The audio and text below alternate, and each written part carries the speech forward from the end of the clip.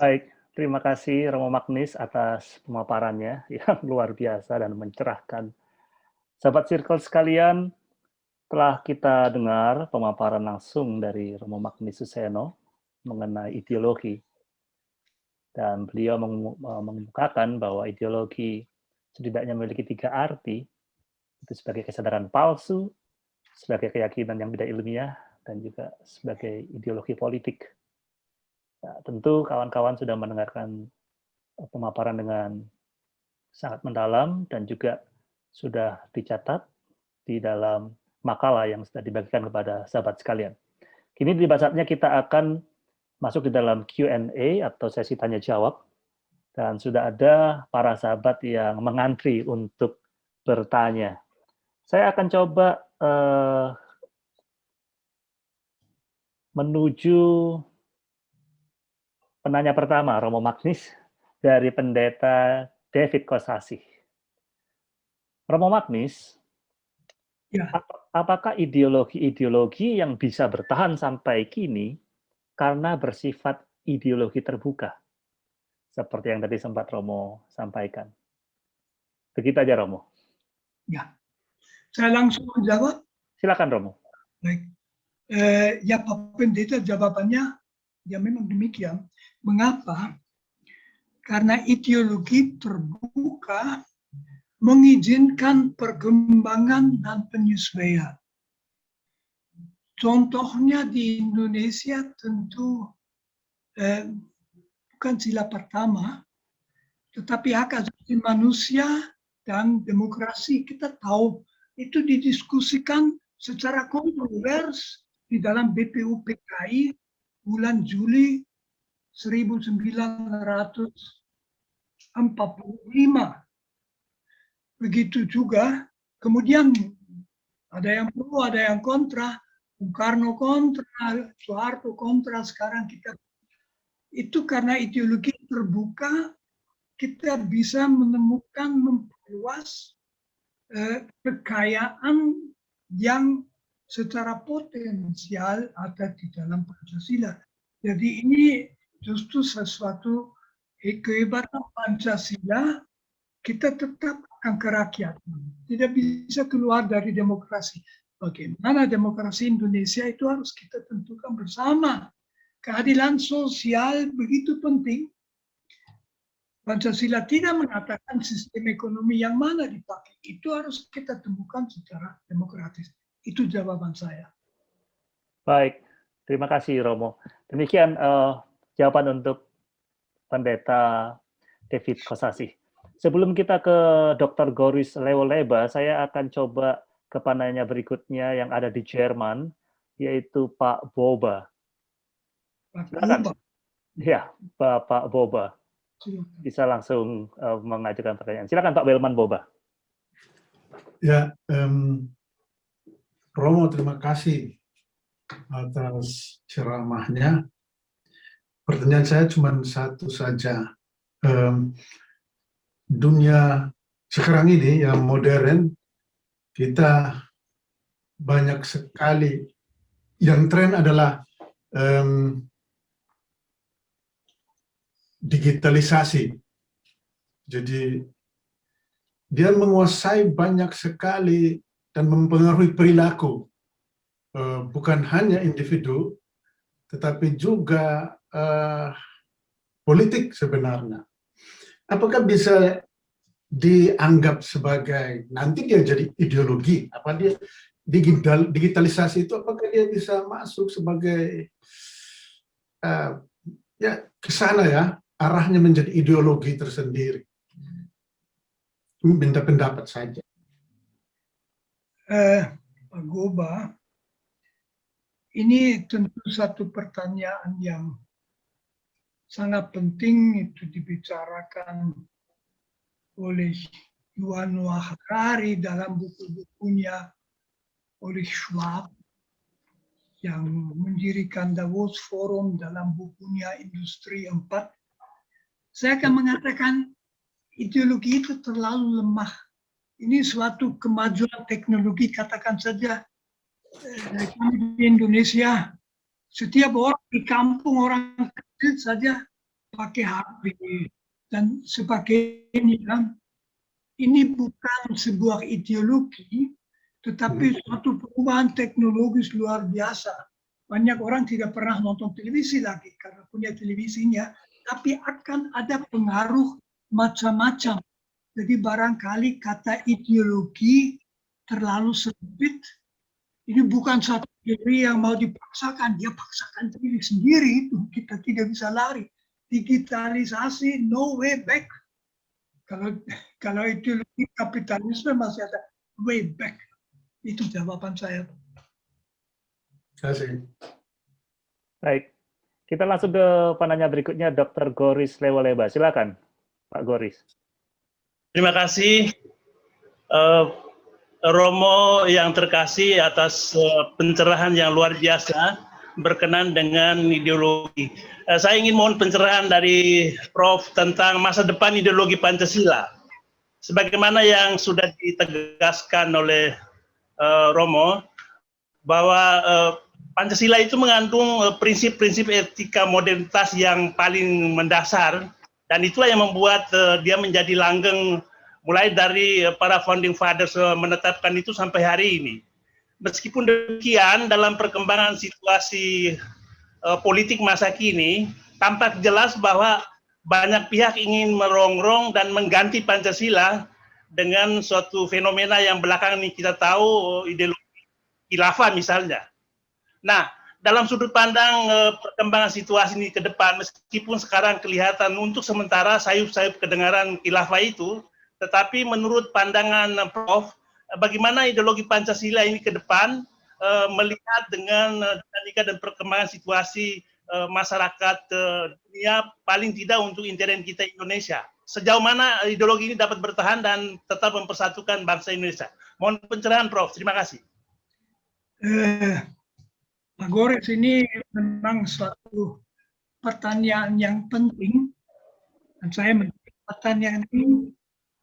Saya menemukan ada yang itu,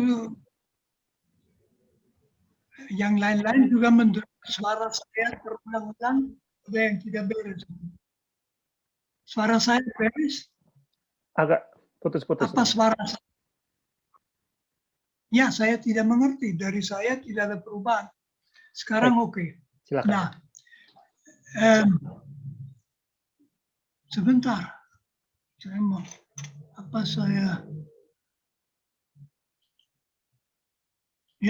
oke. Ya, suara Romo oke. Oke. Nah, Goris begini, saya melihat 3 alasan mengapa saya optimis tentang masa depan Pancasila. Yang pertama, Pancasila adalah sebagai ideologi terbuka, sangat fleksibel. Jadi misalnya, saya berpendapat bahwa mewujudkan keadilan sosial, pengatasan kemiskinan, pencegahan bahwa bangsa Indonesia terpecah vertikal, antara 50% terpuruk di bawah dan yang lain-lain di atas, itu di situ sila kelima terbuka bagi perkembangan pengertian dan sebagainya yang baru. Jadi tidak seperti ideologi komunis yang didiskusikan secara kritis saja, tidak boleh, tak pernah, hanya bisa diulangi dan lalu macet. Pancasila tidak demikian. Itu yang pertama.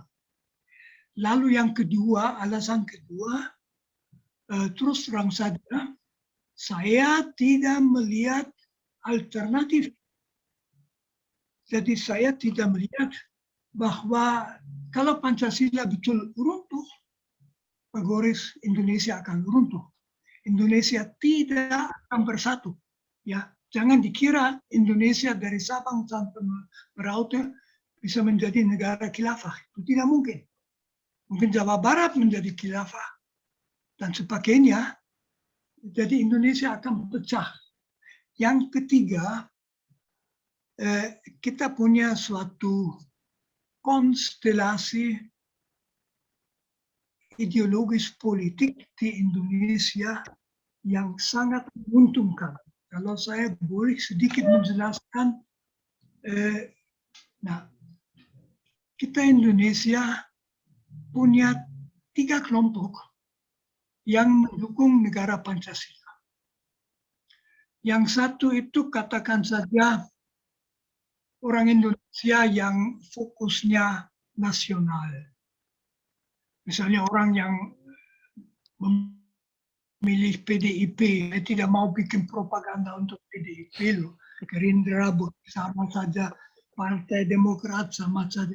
Pokoknya itu orang Indonesia yang dalam pemilihan umum yang bebas sejak 99 secara konsisten tidak memilih partai Islam.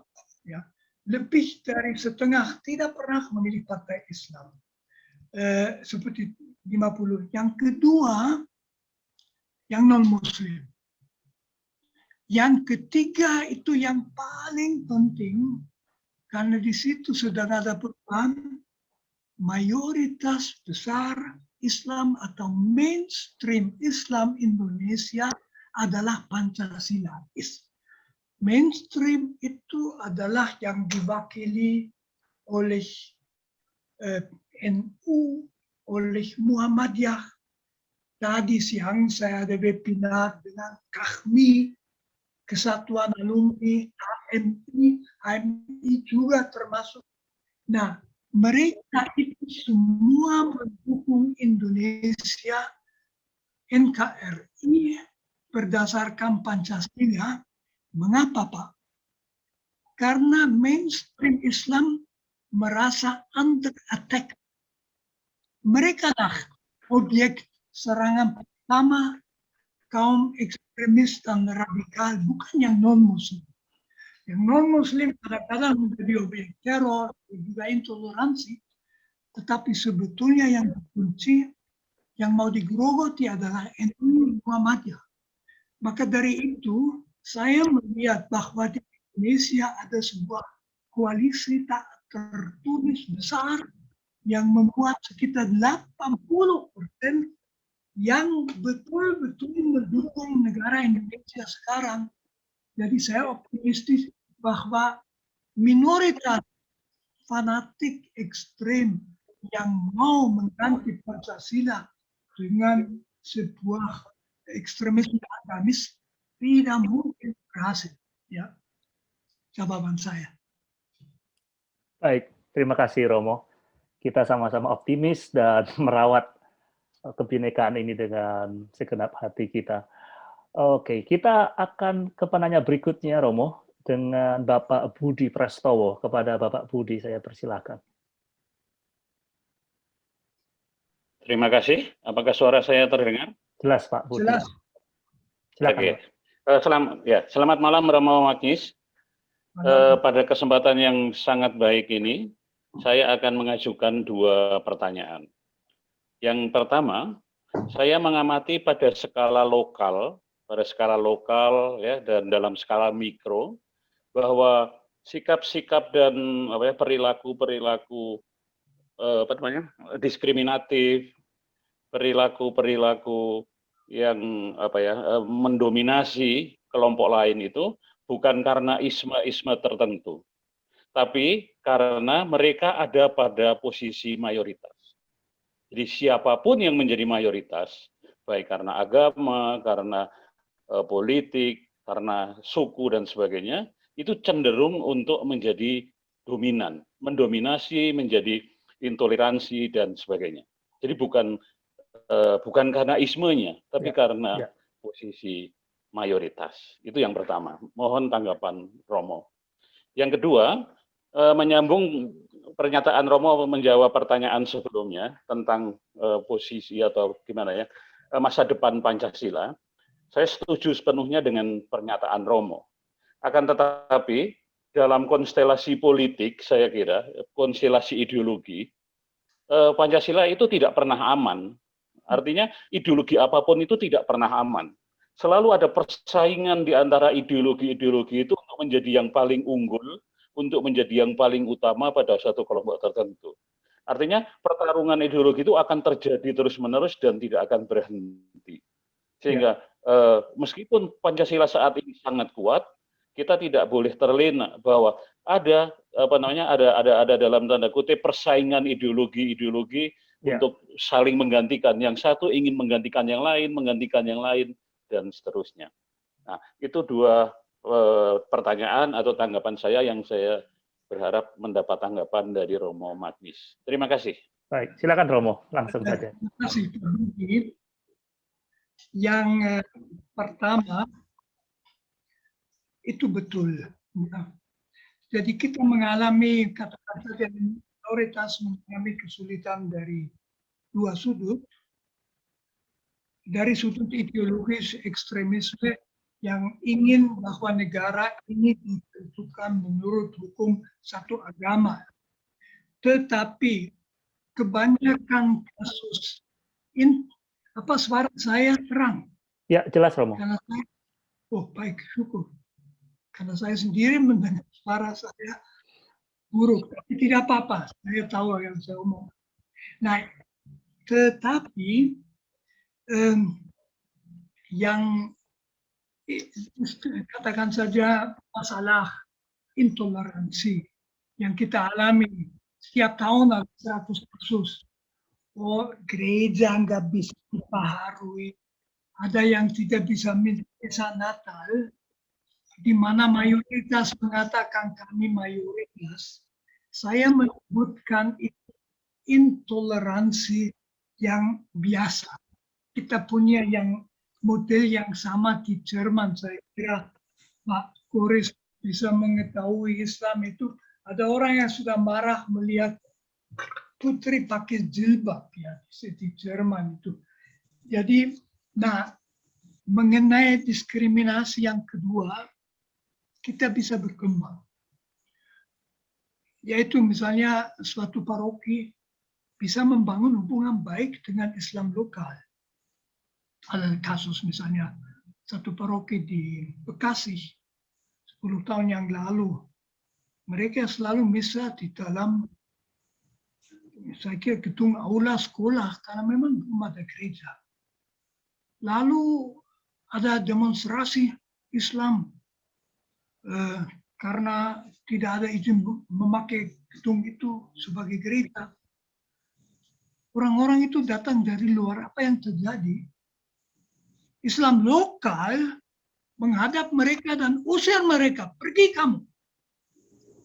Mengapa? Bukan hanya karena lebih toleran, tetapi karena adanya gereja, hari Minggu, dan umat Katolik menguntungkan banyak orang. Jadi baik hubungan itu baik, maupun orang beli dari warung dan sebagainya. Tidak suka datang itu orang dari luar, dari Tasikmalaya atau dari mana, lalu memprotes itu. Jadi kita dapat pelan-pelan dengan sabar membangun hubungan lebih baik. Mereka mayoritas bisa belajar. Saya sendiri sering kalau sempat mengatakan mayoritas harus belajar untuk tidak selalu mau main the big boss. Mayoritas harus merasa bertanggung jawab atas kebebasan dan keenakan minoritas. Minoritas juga dituntut sesuatu.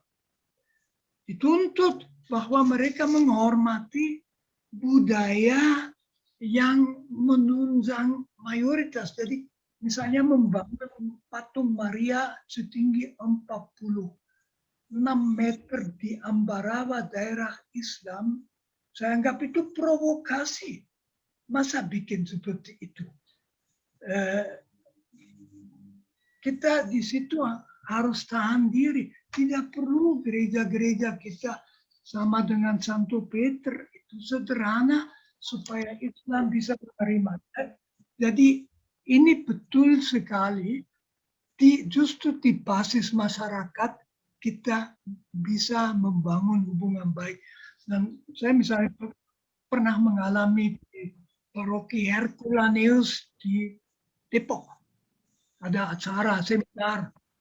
Saya di podium, di panggung itu bersama dengan kepala lokal FPI. Lalu saya tanya pada Romo ini kalian FPI itu gimana? Ya kami selalu mengundang FPI. Mereka di situ membangun hubungan baik dengan FPI. Tidak akan berarti tidak pernah ada masalah, tapi pada dasarnya bisa. Jadi saya di situ optimis. Itu pertanyaan pertama. Lalu pertanyaan kedua, persaingan Pancasila saya tidak terlalu mengkhawatirkan. Karena dalam realitas masyarakat Indonesia, kan istilah ideologi Pancasila tidak begitu penting. Yang penting adalah hidup bersama dengan saling menghormati, dengan tidak fanatik. Itu yang hidup di dalam masyarakat. Pancasila sendiri adalah sangat sulit disaingi oleh teori-teori lain. Teori-teori lain harus membuktikan di dalam kehidupan yang nyata. Jadi persaingan paling-paling di tingkat teoritis tentu adalah eksklusivisme agama, dan itu bisa dilawan. Jadi saya berpendapat justru karena Pancasila itu bukan ideologi yang keras, tetapi ideologi yang lunak, dia fleksibel sekali, dan macam-macam perkembangan ideologis dalam masyarakat tidak langsung menyangkut Pancasila itu. Itu jawaban saya. Baik, terima kasih Romo. Sahabat Sirko sekalian, saya mengingatkan untuk sahabat mengisi presensi atau daftar hadir kelas malam hari ini. Dan sebelum kita ke Ibu Marlinda, saya akan menyapa penanya berikutnya, yaitu Saudara Kevin Nobel Kurniawan. Silakan kepada Saudara Kevin. Nah, Oke, selamat malam. Saya Kevin.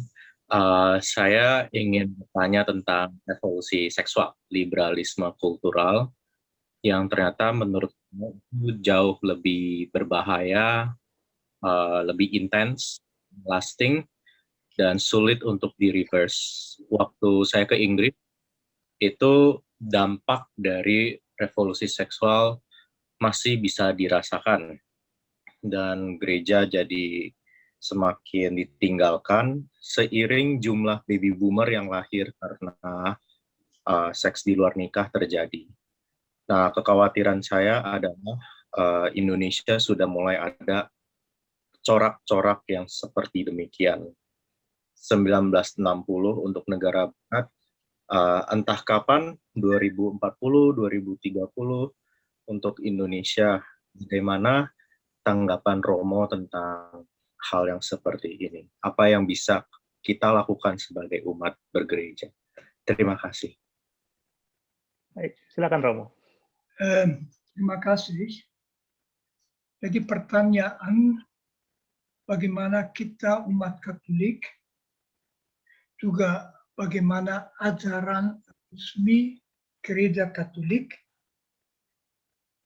menanggapi perkembangan khususnya dalam etika seksual, terus terang saja termasuk yang paling sulit untuk dijawab.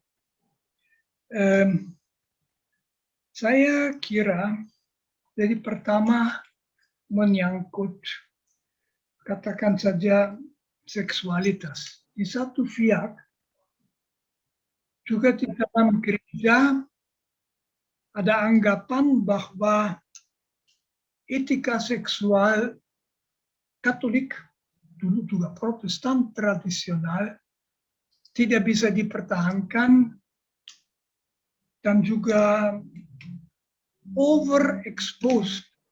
Karena kalau kita membaca Perjanjian Baru, yang sangat mencolok bahwa masalah seksualitas hampir tidak memainkan peranan sama sekali.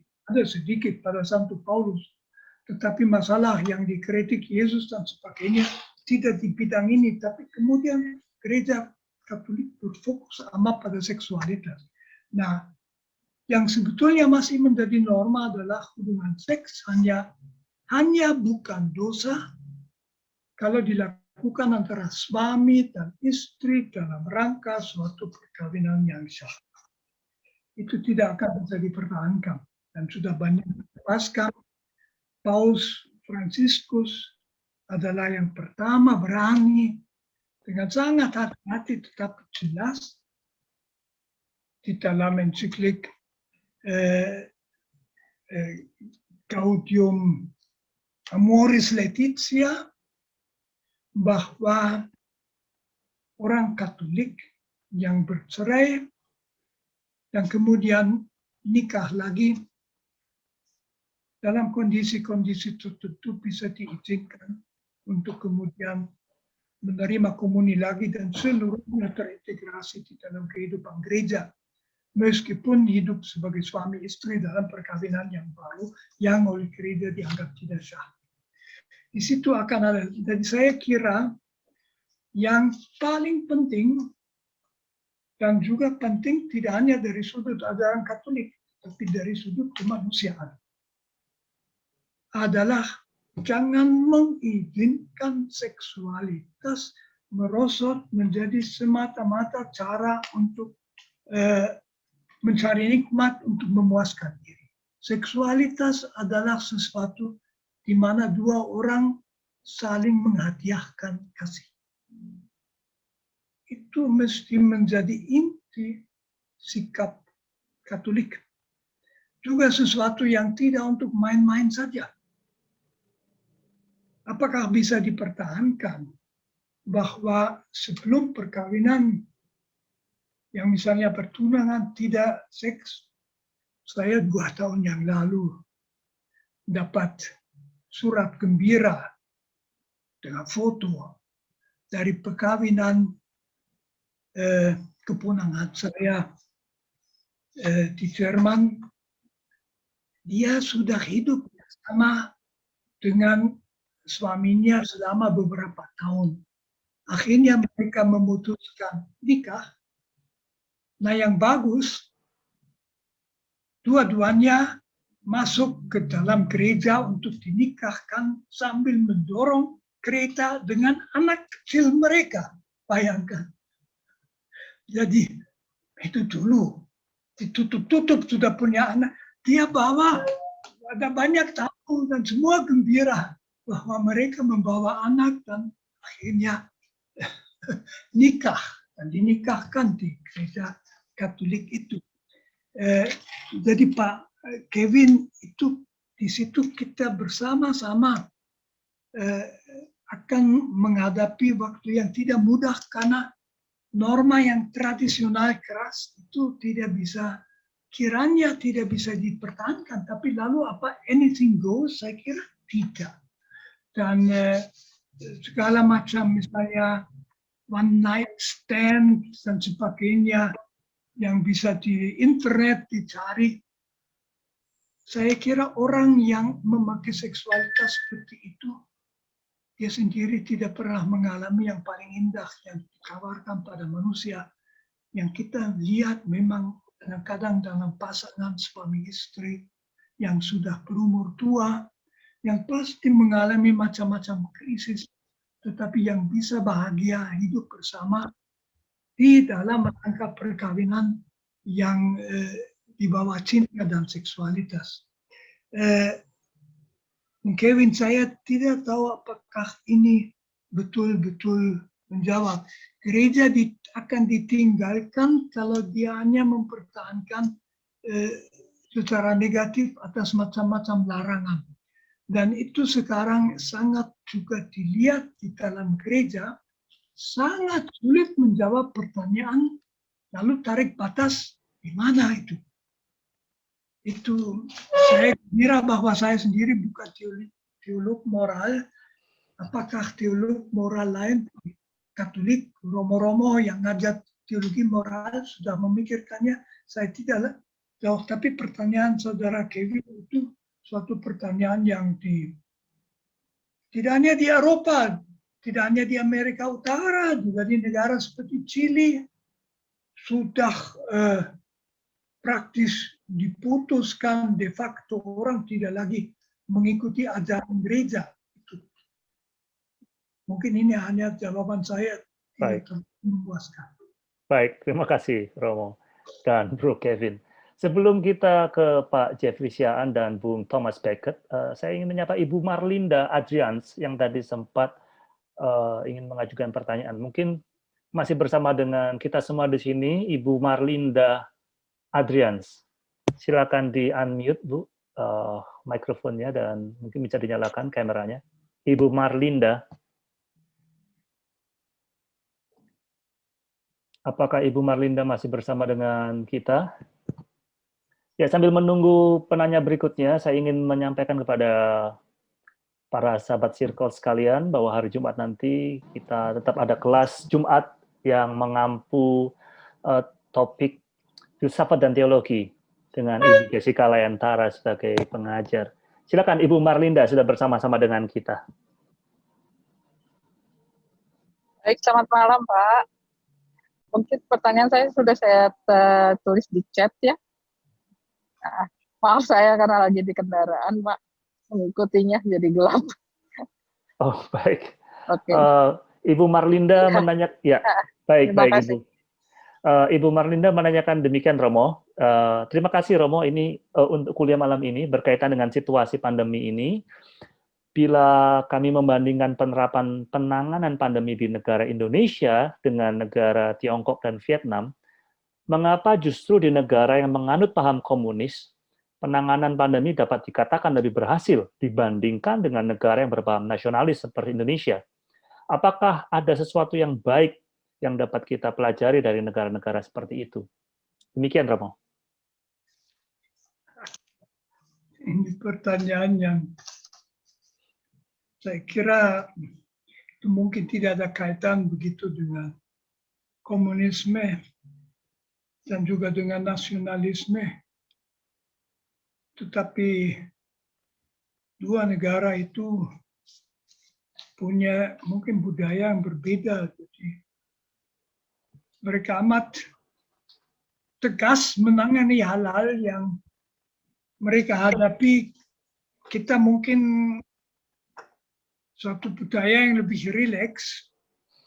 Ada juga keuntungan budaya yang rileks, tetapi berhadapan dengan pandemi terlalu rileks itu memang memberi ruang pada pandemi. Jadi saya berpendapat ini tidak ada hubungan bahwa komunisme lebih kuat daripada Pancasila atau sebagainya.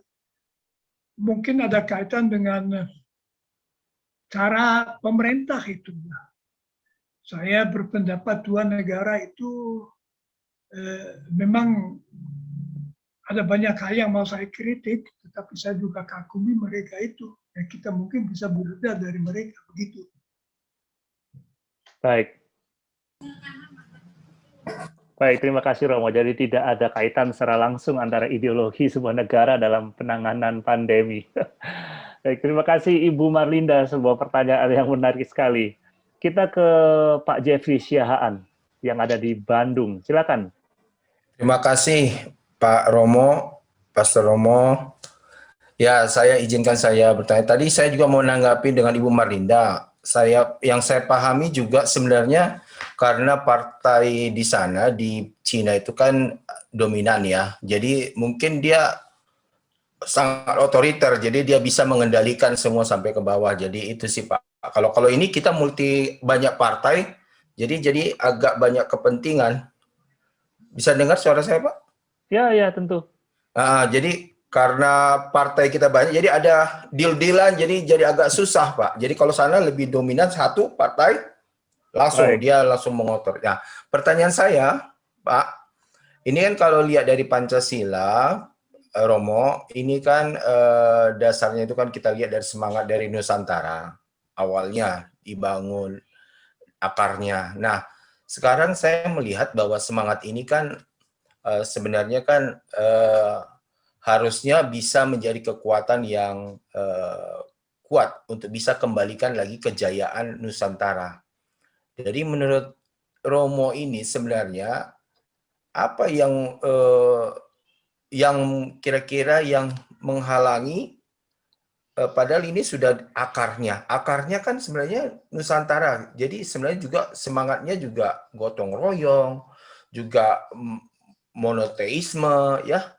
Jadi sangat, kenapa ini tidak ada suatu will yang mau ingin mengembalikan bersama-sama supaya tidak lagi ada kerancuan dari soal-soal, karena gini, agama ini rata-rata memecah belah menurut saya. Jadi kalau agama ini jadi membuat sekte-sekte. Kalau kita memikirkan dulu sebenarnya dari awal seperti bangun monoteisme Tuhan, karena dulu pun kita lihat sejarah juga Abraham juga tidak ada beragama, monoteisme. Abraham ya sebelum ada agama-agama semua itu monoteisme. Ya, jadi saya kira gini, mana Romo, apa yang bisa semangat ini bisa dibangkitkan lagi kejayaan Nusantara ini, paham-paham ini, jadi tidak lagi Pancasila tapi semangat Nusantara. Apa yang mau kita mulai tahapannya? Makasih Romo. Silakan Romo. Ya Pak Jeffrey, saya sendiri sebetulnya berpendapat bahwa pengembalian kejayaan Nusantara itu tidak akan berhasil sama sekali. Yang perlu adalah membuat Indonesia sukses. Kita tidak hidup di Nusantara lagi. Kita hidup di Indonesia dengan segala situasi kuat dan juga lemah. Dengan tantangan yang akan datang, kita sudah merupakan negara yang modern dan akan menjadi lebih modern. Jadi agama-agama juga tidak memecah belahkan. Tadi saya bilang kita dengan mainstream Islam dan dengan mereka yang bukan sekuler tetapi tidak ingin negara agama terlalu dominan, kita merupakan suatu kesatuan. Karena itu juga dukungan terhadap Jokowi cukup kuat sekarang. Padahal Jokowi juga punya kelemahan jelas yang tidak perlu saya bicarakan itu. Saya melihat kemungkinan asal kita dipimpin dengan baik, asal kita bisa mengembangkan suatu sinergi, tapi sinergi harus modern, dan saya kira contohnya bukan Nusantara, tetapi ya boleh Tiongkok, ya boleh Vietnam, bahkan bisa melihat ke India. India banyak problemnya, tetapi sebagian besar tokoh-tokoh inventor modernitas adalah orang India ya. Orang India, Bangalore itu pusat teknologi mutakhir, itu yang juga banyak hal teknologis penting dari Silicon Valley dititipkan ke Bangalore untuk dikerjakan. Kita belum punya macam itu. Jadi saya melihatnya kita harus secara sosial kultural memanfaatkan koalisi besar antara non-Islam, Indonesia non sangat agamis dengan NU, Muhammadiyah dan sebagainya. Lalu kita akan berhasil, agama tidak akan mengganggu, tapi harus melihat kemudian gotong royong tidak pernah akan kembali, tapi yang akan kembali adalah solidaritas. Yang akan kembali adalah masih saling membantu. Di dalam hidup sehari-hari kan gotong royong bersama-sama mengerjakan sesuatu, just doesn't make any sense. Di desa saja di Jawa, sebagian besar orang muda dan pagi hari dengan sepeda motor pergi ke tempat kerja individual, tidak lagi ada gotong royong di desa saja.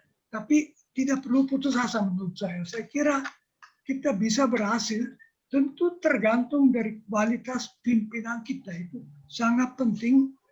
Kualitas pimpinan kita sekarang dengan segala macam kritik bagi saya masih memberi harapan. Jadi saya belum putus asa dengan pemerintahan Jokowi. Sama Pak. Baik. Ya, tapi memang yang saya pikirkan baik. Boleh.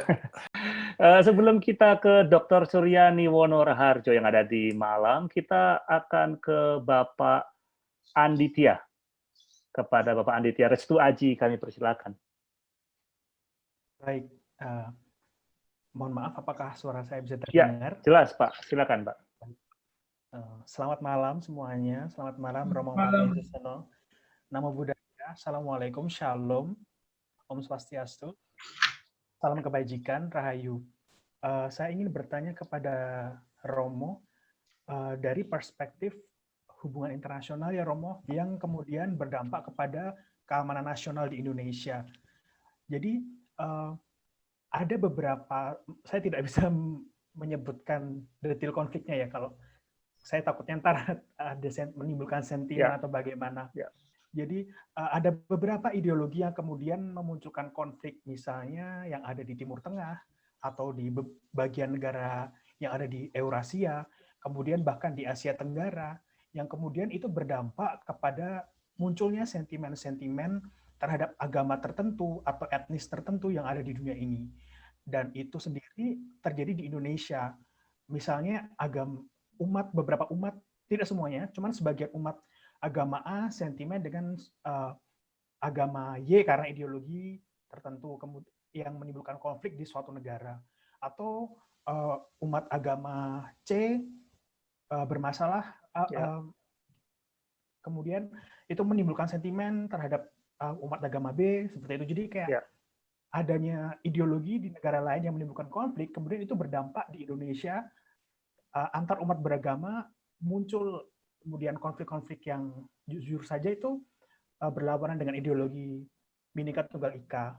Saya ingin bertanya kepada Prof. Magni Suseno untuk bagaimana resolusi konflik yang bisa kita lakukan sebagai umat antar beragama menghadapi konflik-konflik seperti ini. Kurang lebih seperti itu. Terima kasih banyak. Ya Pak Diki,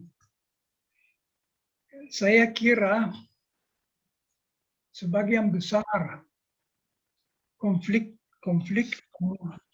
betul-betul agamis mempunyai latar belakang lama dalam, katakan saja, perebutan struktur kekuasaan.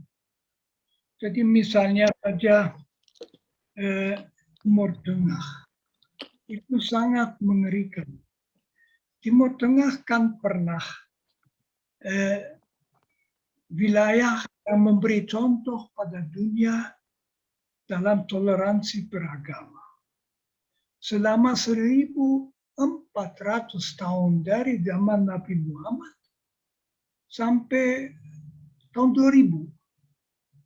Di Timur Tengah itu minoritas Kristiani kebanyakan Ortodoks, sebanyak 9% rata-rata di Mesir, Palestina, Lebanon lebih banyak, Syria, Irak, hidup dengan damai dan cukup bebas beribadat di dalam sistem Islami dengan Islami.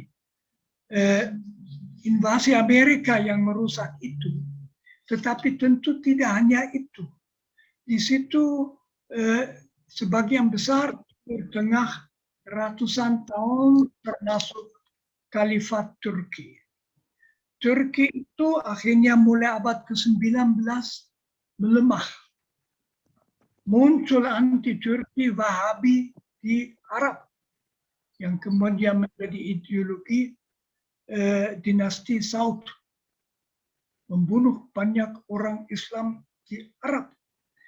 Akhirnya Khalifat Turki runtuh.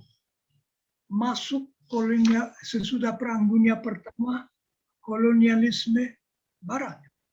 Prancis, Inggris, dan Italia menduduki wilayah dari Maghrib sampai Irak menjadi jajahan. Sesudah Perang Dunia Kedua ditarik garis oleh bekas negara penjajah dengan kayu penggaris. Anda bisa melihat itu sama antara Papua Indonesia dengan Papua Nugini, itu juga satu-satunya batas kita dengan kayu penggaris yang kayunya ada lubang sehingga kelihatan ada sedikit lubang itu. Di situ di Timur Tengah kebanyakan batasan ini dibikin oleh kolonial di Eropa di atas peta. Ya waktu itu udah kacau. Nah di situ akhirnya waktu Nasser berkuasa di Mesir, dia mendirikan United Arabic Republic, memuat juga Syria atas nama sosialisme Arab. Dengan perang 7 hari itu hancur. Dan sesudah sosialisme Arab berhasil muncul agama. Ikhwan Muslimin dan sebagainya menunjukkan diri bukan sebuah elit yang bicara nasionalisme, sosialisme, tetapi itu. Nah, ini masalahnya. Kita di Indonesia beruntung justru bahwa perjuangan Indonesia kemerdekaan berhasil diselesaikan dalam suatu persatuan. Bisa juga dikatakan Indonesia mendapat kemerdekaan tidak sebagai hadiah kaum kolonial seperti kebanyakan negara kolonial, tapi karena diperjuangkan. Pertama, Belanda tentu dipukul oleh Jepang, sangat memalukan, kelihatan beberapa hari saja Belanda udah runtuh. Tapi kemudian Belanda sesudah tahun 45 mau lagi mengira ya hanya Bung Karno dan beberapa fanatik di Yogyakarta itu yang mau merdeka, mereka pakai model federasi negara macam-macam bagian. Tahu-tahu situasi berubah, orang sudah tidak mau dengan Belanda tahun 49, habislah mereka. Jadi ini kekuatan kita yang mempersatukan kita. Karena itu saya agak optimis bahwa kita bisa menolak agresi ideologis, ekstremisme dan radikalisme. Karena itu saya selalu mengatakan kepada teman-teman Kristiani, secara sosial, kultural, dan religius, prioritas kita adalah membangun hubungan baik terus-menerus dengan Islam mainstream kita. Waktu saya ke Indonesia, persis 60 tahun yang lalu, saya datang ke Indonesia tanggal 29 Januari 61, jadi sekarang sedikit lebih dari 60 tahun. Waktu itu memang Partai Katolik punya hubungan baik dengan Masyumi, tetapi NU Muhammadiyah itu sama sekali tidak diketahui. Saya 4 tahun belajar teologi di Yogyakarta, tidak jauh dari Masjid Syuhada, tidak pernah ke sana. Kemudian saya pernah diundang ke Masjid Musa. 4 tahun malah tidak tahu apa-apa mengenai Muhammadiyah. Yogyakarta kan Muhammadiyah. Di Jawa Timur sama dengan NU itu terra incognita, daerah yang tidak dikenal. Itu sekarang juga dengan bantuan orang seperti Gus Dur berubah. Sekarang hubungan kita juga uskup kita, pastor kita dengan Islam lokal lebih baik. Saya melihat itu sebagai modal persatuan bangsa untuk masa depan, sesuatu yang, bagi saya selalu contohnya itu, andai kata Myanmar mempunyai Pancasila, betapa berbeda. Myanmar terus puluhan tahun dalam perang melawan suku-suku di perbatasan, kebanyakan Kristen, Chan, Kachin, dan sebagainya. Kebencian terhadap Islam bertambah, kebangsaan meskipun tidak pakai nama sebetulnya adalah orang Burma 60%, Buddha, yang lain-lain tidak. Kita ini memilih bahasa Melayu bukan bahasa Jawa sebagai bahasa Indonesia, dan Indonesia itu memang milik kita semua. Jadi saya agak optimistik bahwa tapi dari pihak kita juga kelompok Kristiani harus sadar bahwa di minoritas, jangan bilang harus mayoritas, tidak ada, tentu ada. Tidak ada di Undang-Undang Dasar, tidak ada di hukum, tapi kita ada cara, kita harus memberi kepada mayoritas, jangan takut. Saya pernah tanya sama teman Muslim, orang yang sangat terbuka sama sekali. Saya kata, Anda ini sebetulnya juga masih sedikit mengkhawatirkan, ditulis di dalam salah satu ayat di Al-Quran, bahwa orang Kristen itu tidak akan berhenti sebelum kalian itu masuk mereka itu. Dia bilang, ya sedikit masih ada, itu kita harus tahu itu.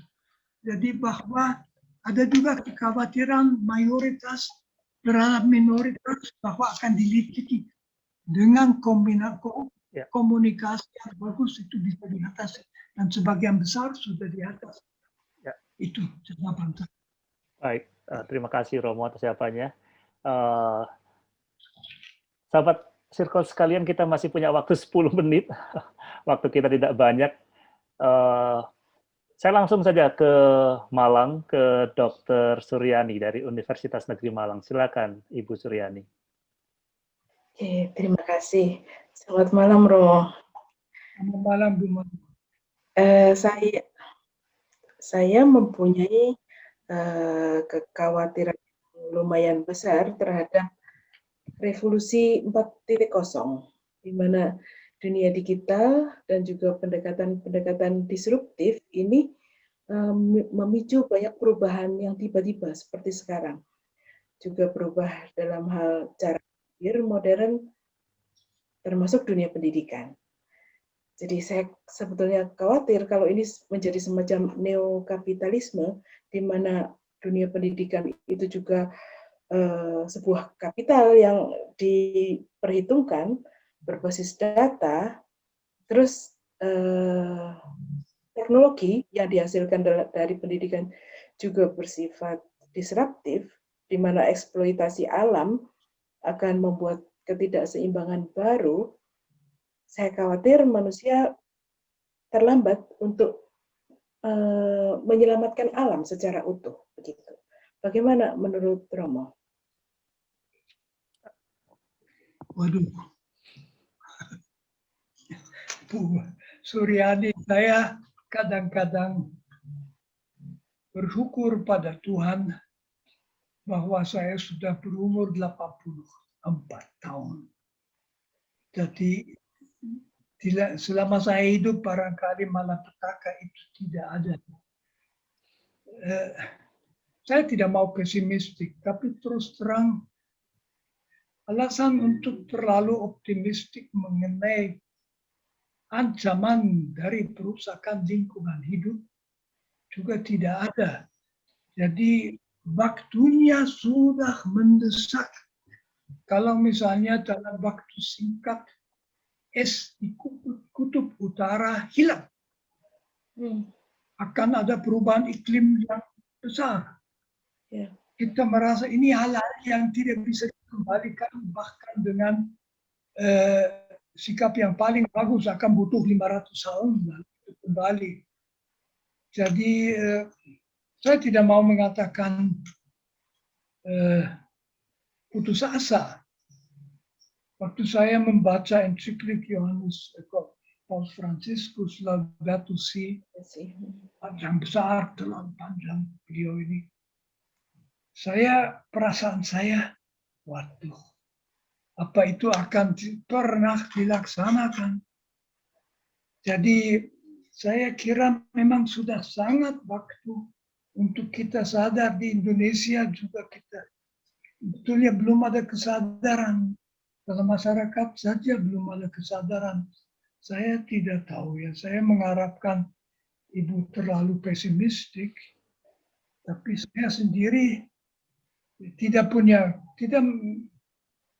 bisa mengatakan, oh pasti akan diatasi. Ya. Lalu segala macam masalah, tidak ada air, ada banjir, ada kekeringan, ada daerah yang flooded karena laut naik 1 meter dan sebagainya.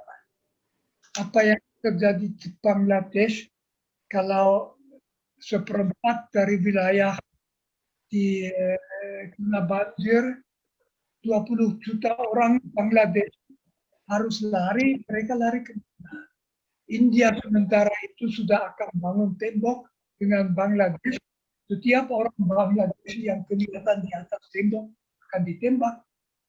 Semoga tidak, semoga itu impian buruk ya. Ya, hanya itu Bu Suryani.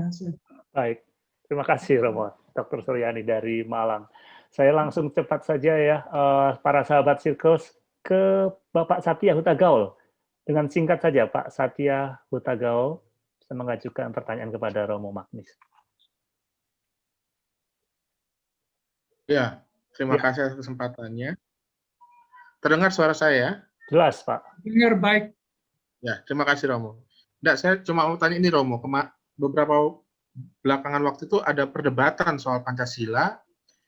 Jika Pancasila itu diperas menjadi Ekasila, maka ada muncul perdebatan bahwa yang Ekasila itu antara ketuhanan dan gotong royong. Apa pandangan Romo soal perdebatan ini? Terima kasih. Saya waktu baru tahu sedikit tentang Pancasila tahun 63, sudah heran kok Bung Karno bicara pemerasan.